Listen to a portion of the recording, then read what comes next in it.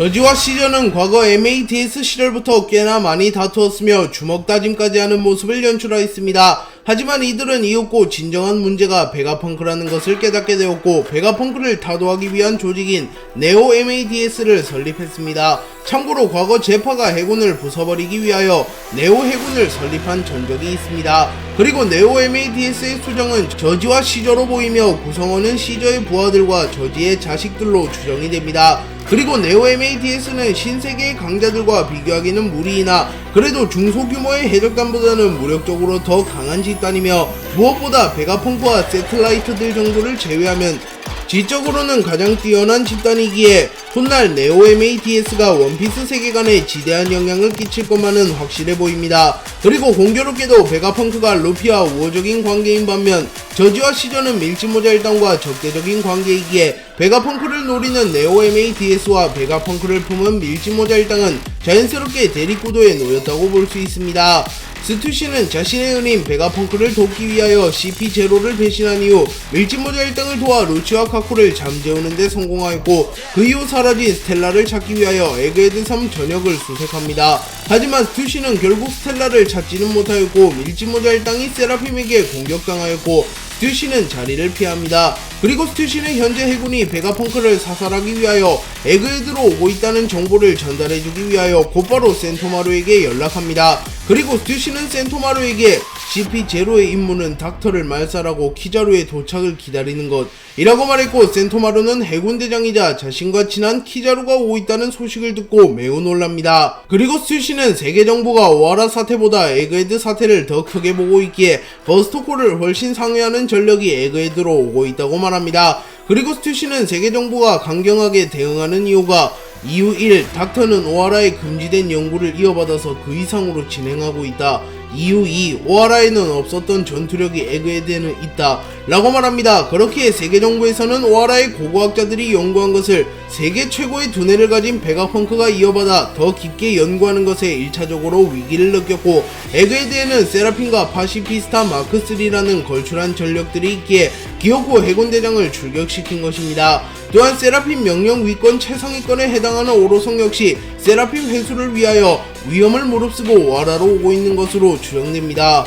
센토마루는 스투시에게 해군대장 키자루가 에그헤드로 오고 있다는 소식을 들은 이후 무슨 일이 생기면 나한테 연락을, 연구층의 통신기기는 모두 망가졌어 라고 말한 뒤 에그헤드 섬 공장에 있는 시민들과 노동자들을 대피시키기 위하여 급하게 공장으로 향합니다. 그리고 센토마루는 모두에게 해군의 목적과 키자루가 오고 있음을 알렸고 들었지? 해군이 여기서 뭘 할 생각인지 역사로 좀 배워. 망설일 시간 따윈 없다 라고 말하며 오하라처럼 소멸되기 싫다면 빨리 에그헤드에서 벗어나라고 말합니다. 그리고 그 말을 들은 공장 노동자들과 시민들은 배를 띄워라, 섬에서 탈출한다, 해군이 오기 전에 라고 말한 뒤 곧바로 에그헤드 섬에서 빠져나가려 합니다. 세라핌 앵콕은 누군가의 명령을 받은 이후 밀짚모자 일당과 세틀라이트들을 공격하기 시작했고 순식간에 요크를 석화시킨 이후 메로메로멜로우를 사용하여 우속과 릴리스를 석화시켜버렸으며 프랑키를 반석화시켜버렸습니다. 그리고 분노한 프랑키는 이 애새끼 석화를 어서 풀어. 오른쪽은 방심했지만 나한테는 아직 왜 왼쪽이 있어. 조금이라도 풀면 용서해줄 수도 라고 말하며 세라핌 앵콕에게 석화를 풀어달라고 협박같은 부탁을 합니다. 하지만 세라핌 앵콕은 들은 채도 하지 않았고 곧바로 무방비 상대인 피타고라스를 노립니다. 그리고 피타고라스는 분한 표정을 지으며 어째서죠 S 스네이크 대체 누구의 명령으로? 라고 묻지만 헨콕은 들은 채도 하지 않으며 피타고라스를 밟아서 부숴버립니다. 그리고 이후 엄청난 폭발이 일어났고 프랑키는 어디론가 향하는 세라핌 헨콕을 멈춰 세웁니다. 아마 세라핌 헨콕은 피타고라스를 제거했으니 무방비 상태인 우속과 릴리스, 요크를 노릴 가능성이 높아 보였고 그나마 의식이 있는 프랑키가 이를 막아서기 위하여 세라핌 헨콕을 불러 세운 것으로 추정됩니다. 밀짚모자 일당은 에그헤드 섬에서 베가펑크의 본체 스텔라를 만난 직후까지만 하더라도 평화로운 모험을 즐기고 있었으나 세라핌과 CP0의 습격으로 인하여 위기를 맞이하게 됩니다. 그리고 배신자의 등장으로 회수했던 세라핌들이 다시 날뛰기 시작하였고 스텔라마저 사라져버리며 밀짚모자 일당은 위기에 봉착했습니다. 그리고 아틀라스, 로빈, 초파는 스텔라를 찾기 위하여 에그헤드 섬을 수색하다가 나미의 비명과 폭음을 들은 이후 에그헤드 섬에서 무슨 일이 생겼음을 파악합니다. 그리고 로빈은 나미의 비명이라면 순식간에 달려갈 사람이 있어 전투가 벌어진 팀은 움직일 수 없어 다같이 참전하는 사이에 베가펑크에게 무슨 일이 벌어졌을지도 몰라 라고 말하며 나미가 위기에 빠지면 쌍디가 그곳으로 향할 것이 뻔하기에 자신들은 베가펑크 수색을 이어가자고 말했고, 아틀라스는 그러고 보니 옛날에 쓰다가 지금은 봉인된 연구실이 하나 있어 그런 장소 볼 일은 없다고 생각하지만 이라고 말하며 구악마의 열매 연구실을 떠올립니다. 그리고 실제로 그곳에 스텔라가 붙잡혀 있기에 아틀라스의 예측은 정확했다고 볼 수 있습니다. 그리고 아틀라스에게 안내를 받으며 아틀라스, 로빈, 초파는 봉인된 연구실로 향하였고 머지않아 스텔라를 만날 것으로 추정됩니다. 로빈의 예상대로 나미의 비명소리를 듣자마자 쌍디가 나타났고 쌍디는 나미를 노린 세라핌 징베를 마킹합니다. 그리고 나미는 그 틈을 타 에디슨의 의식을 되찾으려 했고 브룩은 베가펑크를 찾으러 가겠다고 말합니다. 그리고 쌍디는 징베의 공격을 간단히 막아선 이후 네가 과연 알 수 있을까 사랑의 힘을 이라고 말하며 세라핌 징베를 상대로 자신만만한 표정을 짓습니다. 그리고 전투력상으로 쌍디가 세라핌 징베보다 우위일 것으로 추정되기에 쌍디의 등장으로 인하여 나미, 브룩, 에디슨은 위기를 탈출했다고 볼 수 있습니다. 다만 쌍디는 루나리아족의 약점을 모르기에 무작정 세라핌 징베를 공격했다가는 체력적인 한계로 인하여 세라핌 징베에게 패배할 가능성이 존재하기에 세라핌 징베와 쌍디의 대결의 키포인트는 쌍디가 얼마나 빨리 루나리아족의 약점을 파악하느냐가 될 것 같습니다.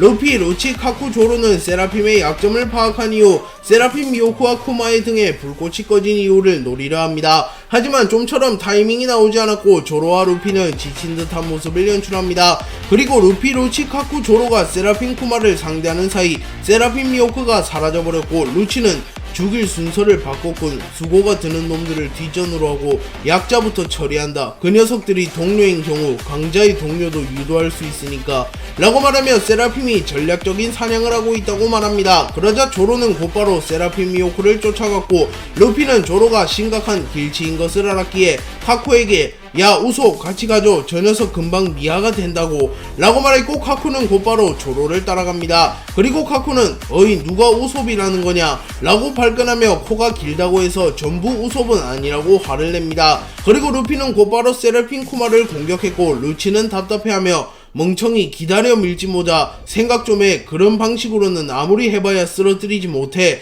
라고 말하며 루피를 보고 답답해하는 모습과 의외로 케미가 좋은 모습을 연출합니다.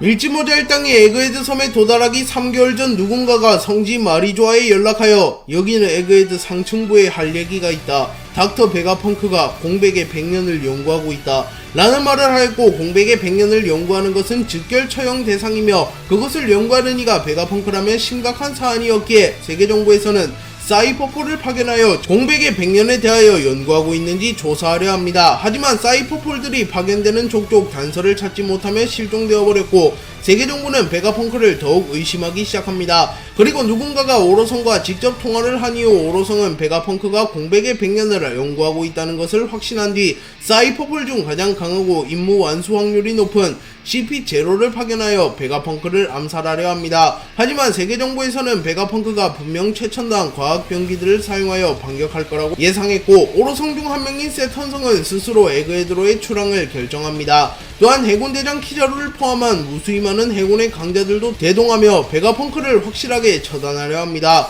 하지만 에그헤드 섬에 카이도우를 꺾고 사왕이 된 루피가 나타났고 해군원수와 카이누와 세턴성을 제외한 오로성들은 매우 동요하였습니다. 그리고 결국 이 다음에 맞이하는 사건의 결말은 세계에 생각지도 못한 충격을 주었다고 밝혀집니다. 그렇기에 마지막 문단인 세계에 생각지도 못한 충격을 주게 된다 는 에그헤드 섬에서 일어난 사건의 결론이며 1078화를 기준으로 미래에 일어날 일일 것입니다. 그리고 그 결과는 원피스 세계관을 뒤집을 정도이니 분명 엄청난 대사건이 발발할 것을 암시했다고 볼 수 있습니다. 샤카가 스텔라를 찾는데 성공한 이후 곧바로 스텔라를 풀어주려 합니다. 하지만 그 순간 누군가 나타나 샤카의 머리에 총을 쏴버렸고 샤카는 의식을 잃으며 쓰러집니다. 그리고 분노한 스텔라는 누구냐 대답해 라고 말했고 이윽고 배신자의 정체가 드러납니다. 그리고 배신자는 베가펑크의 세틀라이트 중 한 명인 요코였고 요코는 자신이 배신한 이유가 천룡인이 되기 위해서라고 말합니다. 그러자 스텔라는 분노하며 무슨 소리냐 요크, 옛날에 가지 않았느냐, 말이 좋아해, 그런 더러운 인간이 되고 싶다고? 라고 말했고, 요크는 우후후, 샤카라면 그렇게 말했겠지. 이미 죽었지만 말이야, 진짜 귀찮다니까 말이야. 다른 베가펑크들, 닥터 베가펑크는 이 세계에 한 명이면 충분해. 라고 말하며 자신이 베가펑크를 배신한 이유는 유일한 베가펑크가 되어 세계정부로부터 자신의 가치를 인정받은 이후 천룡인이 되기 위함이라고 밝혀졌습니다. 네, 오늘 영상은 여기까지입니다. 시청해주셔서 감사합니다.